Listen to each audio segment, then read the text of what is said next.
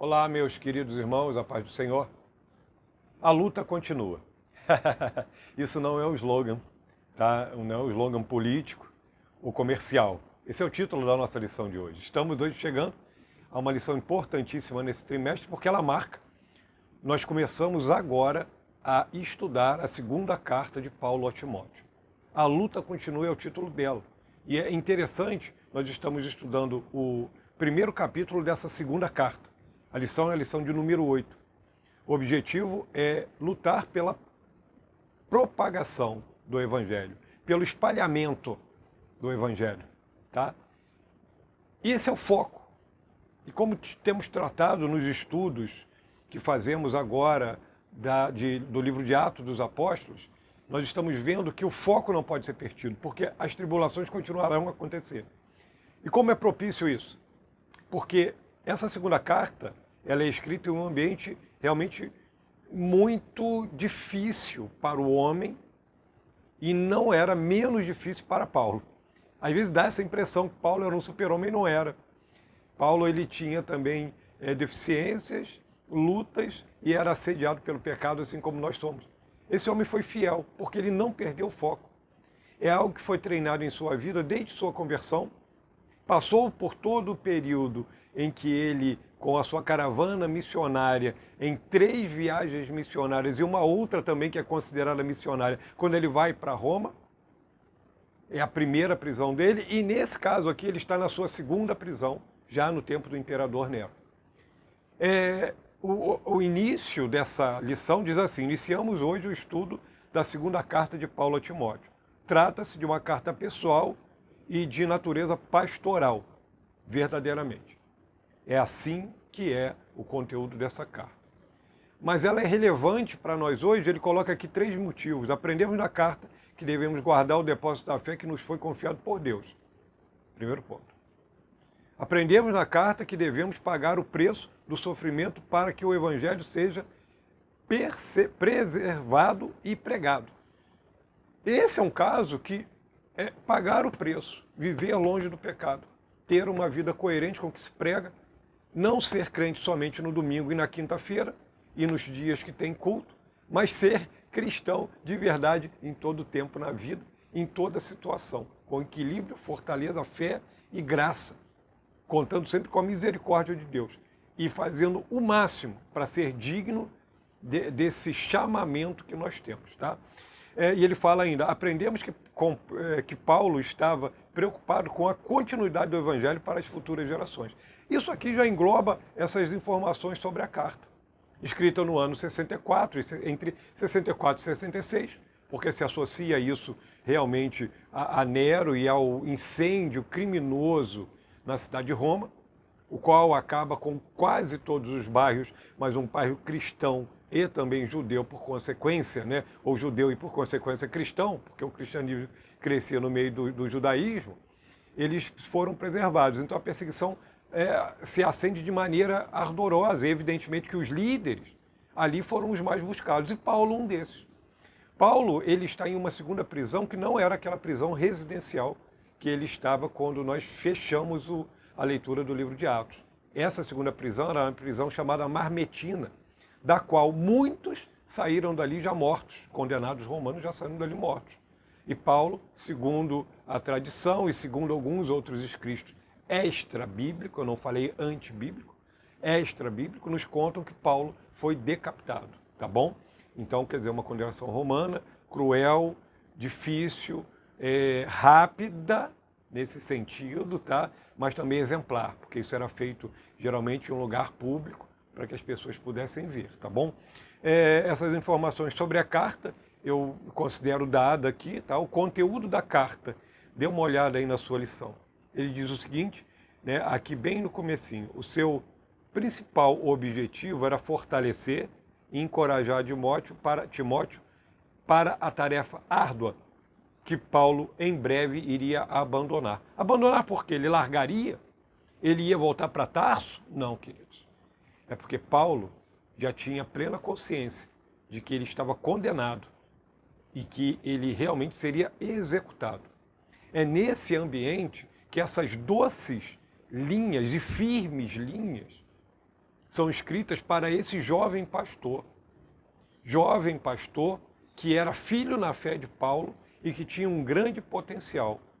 Homem que Paulo apostou um pedaço da sua vida, dando o conhecimento e a experiência que Deus tinha dado a ele, ele também transmitia a Timóteo, e Timóteo era participante de tudo isso de maneira prática. Não era algo tão somente teórico, tá? Então, a gente vai seguir nessa situação, e nós vemos aqui um comentário de Hendricks, né, que afirma que o tema principal da carta é a sã doutrina. Ele fala sobre pregar a sã doutrina, sobre viver debaixo dessa sã doutrina e sobre até sofrer por causa desta sã doutrina. Parece um convite que não faz nenhum sentido no tempo de hoje, mas eu creio e eu sei que ainda hoje isso ainda faz todo sentido para nós. Porque aquele que nasceu de novo sabe que realmente isso. Propósito da carta, motivação espiritual. Né?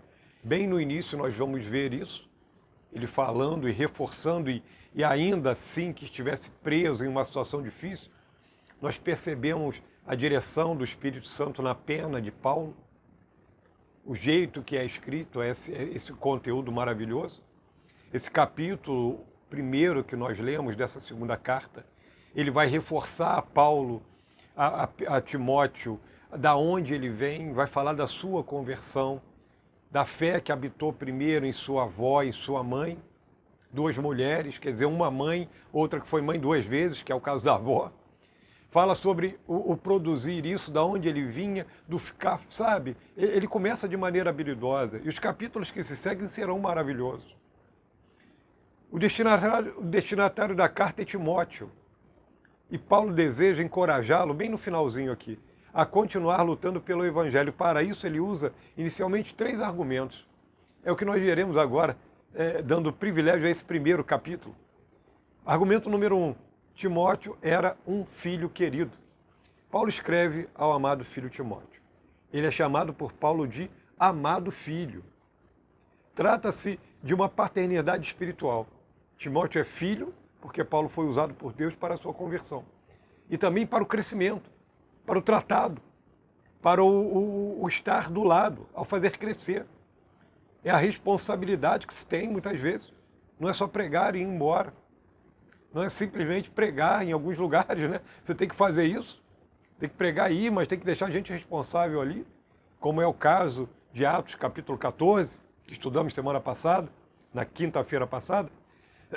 Nós estamos aqui entendendo que essa paternidade é uma paternidade espiritual. Eu pergunto, você tem filhos na fé, espiritualmente falando? Você tem pessoas que você pode falar, esse é meu filho na fé? Paulo tinha. Timóteo com certeza tinha. Porque ele vai ser incentivado a passar isso a outros homens idôneos que terão seus filhos na fé. Queridos, é importantíssimo que a igreja se reproduza nesse sentido, que nós sejamos pessoas frutíferas também nisso, gerando outros discípulos. Segundo argumento, Timóteo era uma pessoa inesquecível. Pessoas que marcam a nossa vida e que são inesquecíveis. E nós também devemos marcar a vida das pessoas, porque, de igual modo, aqui eu creio que a recíproca era verdadeira. Por certo. Ele fala, lembrando-me nas orações. O segundo ponto, lembrando por causa dos seus sentimentos, né? Lembrando das tuas lágrimas, do jeito que você é. Aqui fala da pessoalidade, fala de quem era Timóteo. Quer dizer, Timóteo não era simplesmente um número dentro da igreja, era alguém que estava achegado a Paulo. Temos que nos achegar um ao outro, porque quando assim fazemos, ficamos mais piedosos. Por quê, pastor? Ficamos mais piedosos. Porque por muitas vezes, quando eu me achego a alguém, eu compreendo por que essa pessoa, às vezes, está com um humor, em um primeiro olhar meu, precipitado, muitas vezes, ela está com uma cara não muito boa. Por que que ela, às vezes, aparenta um semblante de arrogância? Porque eu estou bem perto e eu sei que ela está passando por dificuldades. E talvez seja justamente naquela semana que as coisas se aprofundaram. Paulo fala aqui, olha, lembrando-me das tuas lágrimas. Talvez alguém olhasse as lágrimas de Timóteo em algumas situações da vida e pensasse, é fraco. é uma pessoa sensível demais e outras coisas. Talvez existiam julgamentos, mas Paulo aqui lembra disso com um bom olhar, porque Paulo vivia de perto e Timóteo vivia perto também. Essa proximidade tem que ser mútua, porque quando alguém procura, e essa outra pessoa só se evade, ela nunca está dando atenção, uma hora isso acaba, queridos. Relacionamento é de mão dupla. Não pode ter um relacionamento que funcione só em uma via, tá? E também lembrando por causa da sua fé. A lembrança está aqui, Timóteo era inesquecível por causa da sua fé. Ele diz, pela recordação que guardo da tua fé sem fingimento, a mesma que primeiramente habitou em tua avó Lóide e em tua mãe Eunice. Então, essa fé que Paulo está vendo em Timóteo, ele viu em outras pessoas também.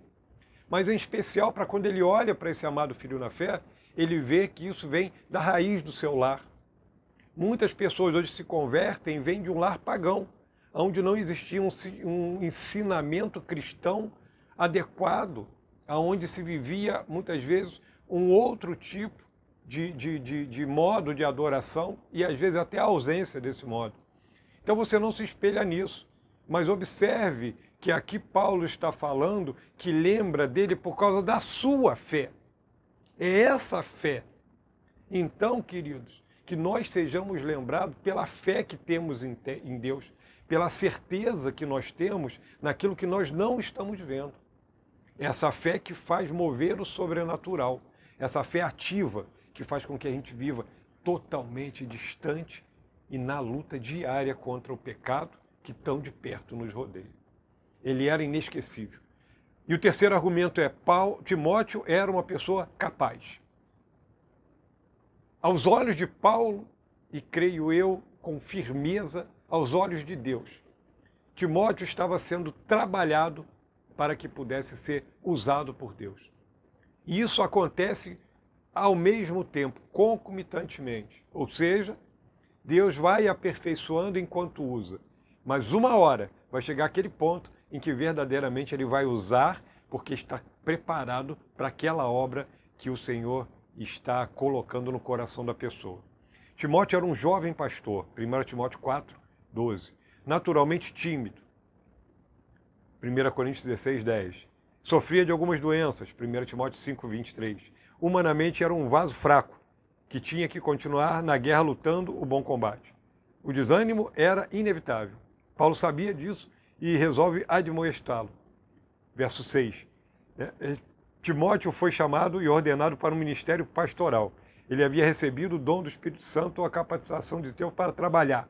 Esse dom estava frio e precisava ser ativado pelo fogo do Espírito. Em algum sentido, talvez o calor da batalha, a luta.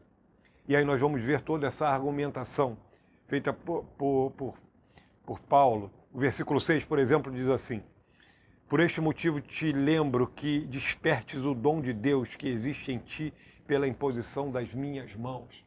Paulo está exortando, Paulo está incentivando aqui Timóteo a que ele lembre dessa consagração ao ministério pastoral. Ele era pastor da igreja em Éfeso. Meu Deus, que batalha, que luta. Uma igreja que já tinha tido pastores, pastor do quilate de João, o apóstolo. Uma firmeza grande desse jovem pastor, e ele precisava disso. Imagina a batalha que ele não passou. Então, esses três argumentos, eles são maravilhosos. Timóteo era filho querido, era uma pessoa inesquecível e era uma pessoa capaz. Ele se preparou para isso. Ele ainda estava sendo preparado, mas ele se preparou também. Imagine que a capacidade que está em você, o preparo que você faz de maneira acadêmica, estudando a palavra de Deus, indo para um seminário, buscando a Deus, isso tudo é algo que te torna capaz. Porém, isso tem que estar debaixo da mão do Senhor, da direção de Deus e do plano que Deus tem para a sua vida. Eu costumo usar de maneira bem abundante na igreja alguns textos que mexem comigo também. E um que eu uso com bastante abundância é aquele que vai falar sobre os talentos que nos são dados. A uns 5, a uns 3, a um talento apenas. O importante não são a quantidade de talentos, mas a capacidade de multiplicá-lo, ou seja, de crescer, de colocar ele verdadeiramente à disposição do Senhor, para que no trabalho, na obra dentro da igreja, no evangelismo, no cuidado das pessoas, na obra social, na oração, na pregação, na aplicação da palavra de Deus, dando aulas e outras coisas mais, nós sejamos usados pelo Senhor e esses talentos sejam multiplicados. Granjeie, tenha coragem, tá? O evangelho que não envergonha, tópico 3, era uma perseguição implacável nesse período aqui, como o autor coloca, porque o Império Romano, dominante naquela região, ele cria uma guerra, ele coloca-se na posição de perseguidor em relação ao cristianismo. Então isso acontece de maneira farta, e aqui é o início de muitos anos que vão se seguir com essa perseguição terrível.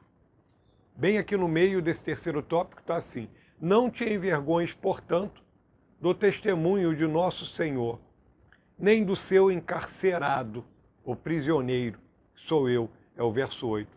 Por mais difícil que seja a situação, nenhum de nós tem motivos para se envergonhar do Evangelho de Cristo, e nem daqueles que são prisioneiros do Senhor. Atenção para isso. Pelo contrário, devemos sofrer juntos a favor do Evangelho. Comentando este texto, Barclay diz que o Evangelho é algo pelo qual vale a pena sofrer, e ele vai dar aqui 7 razões.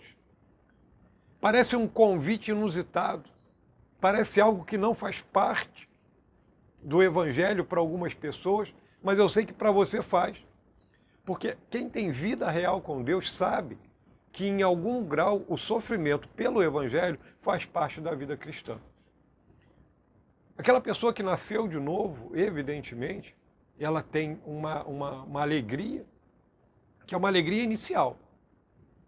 Aquela pessoa que já está há mais tempo com o Senhor, ela tem uma alegria amadurecida, é mais equilibrada, é menos extremista, e realmente ela sabe que vai alternar em sua vida períodos de alegria e períodos onde ela passará por provas.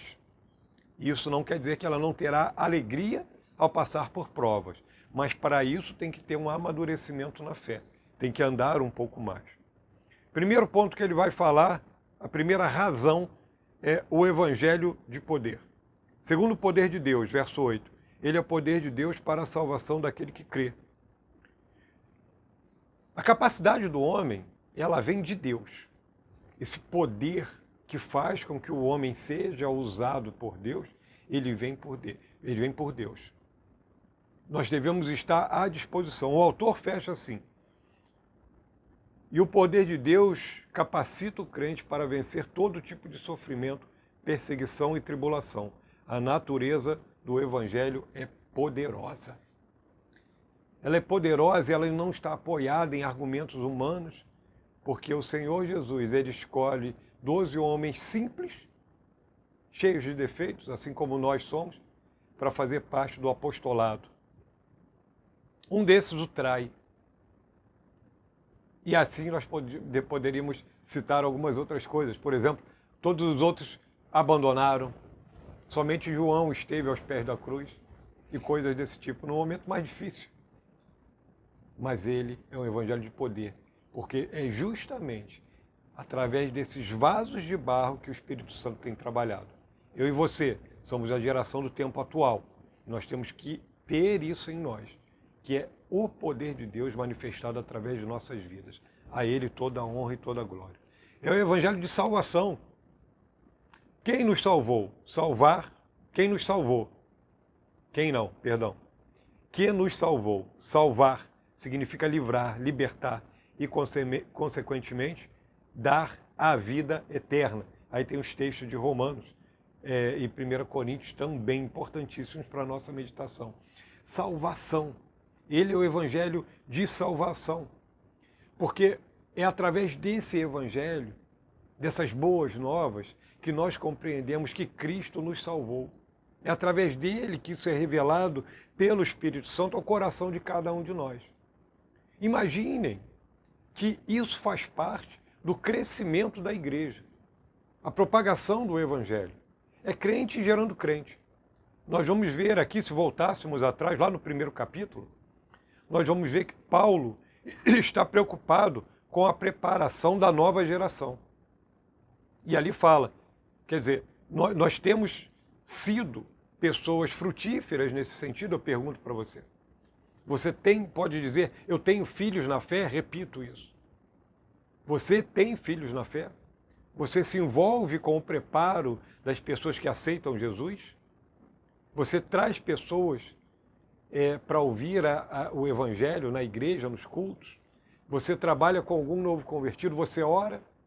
Você contribui de alguma forma para que essas pessoas tenham? Toda a igreja tem que estar envolvida nisso de alguma forma, queridos. Isso é algo maravilhoso, porque isso é o foco em que nós podemos manter no Evangelho, na pregação. É o Evangelho da salvação. E isso é anunciado por nós. É o Evangelho do chamado para a santificação. Maravilhoso!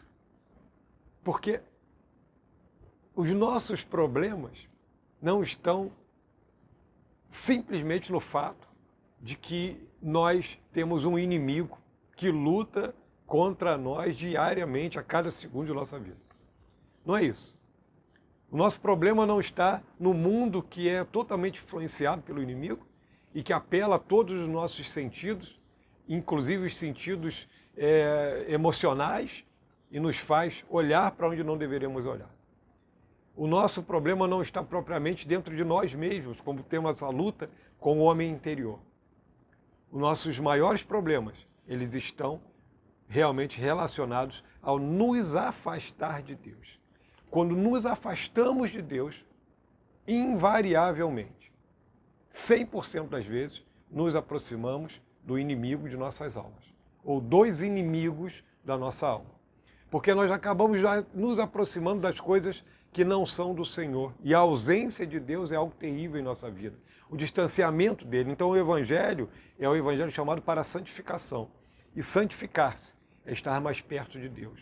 É buscar ao Senhor. É fazer com que o conhecimento da palavra, a vida diária de oração, nos afaste desse mundo tão cruel e tão corruptível que é esse mundo que nós vivemos. O Evangelho é o Evangelho da eleição graciosa. Aqui ele vai falar de eleição e eu quero dar uma nota aqui, tá? Eleitos são todos. E realmente, tá? Eu quero dizer isso. Todos fomos eleitos. João 3,16. Vai falar que Deus amou o mundo de tal maneira que deu o seu Filho amado, para que todo aquele que nele crê não pereça, mas tenha a vida eterna. Todos fomos eleitos. A grande questão, queridos, é que nem todos vão tomar posse, porque essa posse, ela parte do coração do homem. O Espírito Santo, ele influencia também aqueles que ainda não são de Cristo. O Espírito Santo é quem convence do pecado, da justiça e do juízo. É ele que trabalha. Então, naqueles que não nasceram de novo, o Espírito Santo em algum momento vai falar. E essa decisão é nossa. Essa decisão está conosco. Marcos 16, verso 15. Ide por todo o mundo e pregar o evangelho a toda criatura. Toda. Não somente aqueles que têm alguma chance de ser, na sua visão, de se converter, a toda criatura. Aí diz, quem crer e for batizado será salvo. Olha agora, quem não crer já está condenado. Então não crer já é uma condenação, já escolheu. Quer dizer, eu não tomo posse. Quem toma posse já está salvo em Cristo Jesus, tá? Então nós todos devemos sempre pregar o evangelho de maneira insistente, porque nós não sabemos qual é o terreno que cai essa semente. Se é a boa terra, se é no meio das pedras, se é à beira do caminho, se é no meio dos espinhos ou em outro lugar qualquer. A única coisa que nós temos que fazer é obedecer. Então lance o evangelho. Lance a semente do evangelho no coração das pessoas. Com a tua vida, com a tua boca, com o teu louvor, com o teu jeito de comprar, vender, em tudo na sua vida, tá? É o evangelho de Jesus Cristo. Ele é o foco. Ele é o centro da nossa pregação. Ele é o objetivo. Que coisa maravilhosa estudar o livro de Atos, irmãos. E nós percebemos desde as primeiras pregações da igreja como Cristo toma o foco central das pregações. Mas não só porque na explanação verbal da palavra de Deus você tinha Cristo como o centro. É porque Cristo verdadeiramente era o centro da vida da igreja. Quando eu olho para o tempo de hoje, eu louvo a Deus. Porque a igreja do tempo atual, ela também tem Cristo como centro da sua vida. As pessoas mais bem-sucedidas na vida cristã são aquelas que têm Cristo como centro da sua vida. São aquelas que vão conseguir resistir às astutas ciladas do inimigo, estarão atentas e porque Cristo é o centro da sua vida, vão entender que a luta contra o pecado é diária. São pessoas que serão obedientes, ordeiras e que terão realmente uma vida maravilhosa, porque Cristo é o centro. É o Evangelho de Cristo. A pregação da igreja, se ela não estiver firmada em Cristo, ela não está firmada em nada. Porque Cristo é a revelação de tudo aquilo que o Velho Testamento falou de maneira tão abundante. Isso é algo maravilhoso. É o Evangelho da vida e da imortalidade. Me lembro, se esperamos em Cristo, somente nessa vida, somos os mais miseráveis de todos os homens. Nós esperamos em Cristo para outra vida também.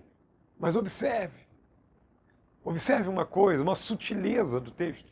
Isso é 1 Coríntios capítulo 15, salvo engano.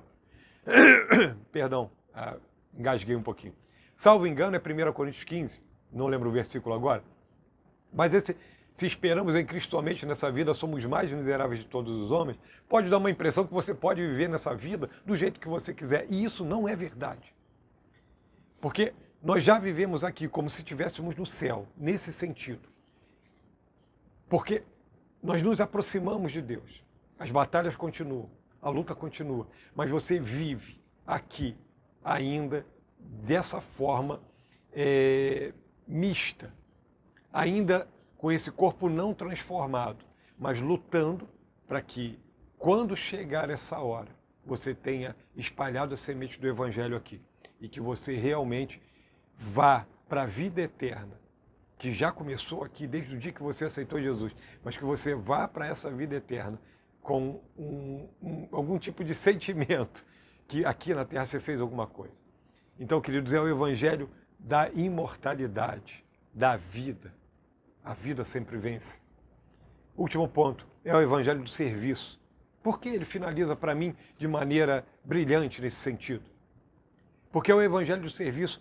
Crente não foi chamado, não foi salvo para ficar de braços cruzados dentro da igreja. Todos nós temos que trabalhar. Todos nós temos alguma coisa a fazer. Ele coloca 3 pontos aqui. Comunicar o Evangelho, sofrer pelo Evangelho e zelar pelo Evangelho. Comunicar o Evangelho como? Com a vida, com tudo que você tem, com todas as tuas forças. Irmãos, alguns de nós têm dom para pregar num púlpito de uma igreja, numa sala de uma casa, em alguma praça pública. Tem gente que tem o dom da oratória, desenvolveu isso. Tem pessoas que têm esse chamado no seu coração, alguns outros estudam, conseguem isso, afiam, como eu falei, esse dom dado por Deus. E como a gente fala aqui, comunicar o Evangelho, se pensa logo nisso, mas nós comunicamos o Evangelho com a própria vida. Então, comunicar o Evangelho, tá? Então, isso é algo maravilhoso. E isso realmente é o Evangelho de serviço. Você presta um serviço quando faz isso. Segundo ponto, sofrer pelo Evangelho. É o convite que muitos não querem hoje, na geração atual, porque é um Evangelho tão somente pregado a eles de prosperidade, de boa vida, que oferece uma possibilidade enganosa de viver uma vida dentro da igreja e outra fora, nas questões sociais, nas questões ligadas à sociedade, no seu dia a dia. Então não é um evangelho de sofrimento, esse evangelho pregado de maneira abundante. Mas digo ainda, e repito aqui aquilo, reitero aquilo que já disse durante a lição, existe uma igreja que vive um evangelho desse jeito, sofrendo a cada dia. E eu não estou falando que é uma igreja miserável, que não tem alegrias, não. Ela sofre porque ela está inserida nesse mundo pecaminoso, cercada de um lado e de outro, mas pregando o evangelho com alegria, sofrendo junto. E o terceiro ponto que ele fala é zelar pelo evangelho. Aqui é no sentido de manter, ele diz manter e guardar o evangelho da sã doutrina é responsabilidade de todo crente. Ou seja, amadurecendo, crescendo, zelando, cuidando. Cuidando como? Cuidando desse evangelho de maneira prática, com a sua própria vida. Dando testemunho de verdade, de maneira equilibrada, amadurecida. Queridos, os ventos vêm. Quantos ventos nós não temos passado nesse período? Nesse período, eu não digo só de pandemia, nesse período também que se avolumou nas questões espirituais, em situações difíceis. Quantas situações não têm mexido com o nosso lado emocional? Quantas situações? Mas nós aprendemos que o vento vem e sacode a nossa vida. Mas daqui a pouco nós voltamos para o lugar, porque estamos firmes em Cristo Jesus. Amadurecimento. Esse último subtópico diz zelar pelo evangelho, conservar.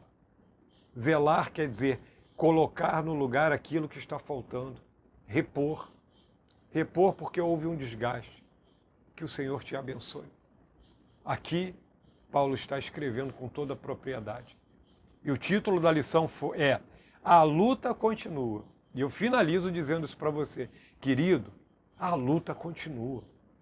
Paulo estava preso, prestes a ser executado pelo Império Romano, em um lugar extremamente desconfortável, sofrendo, sabendo que era a última etapa da sua vida. E nós podemos dizer que ele disse para Timóteo, Timóteo, a luta continua. Eu digo para você, irmão, a luta continua. Não desista da sua fé, não desista da vida com Deus. Conserve essa vida brilhante, que assim como a lua reflete a luz do sol, nós possamos refletir essa luz que não é nossa, mas é de Cristo em nós, para iluminarmos esse mundo com a pregação abundante do Evangelho de Cristo. Que Deus te abençoe e que te dê uma semana maravilhosa. Não deixe de retornar à nossa superintendência sobre as lições estudadas e que Deus te abençoe em nome de Jesus.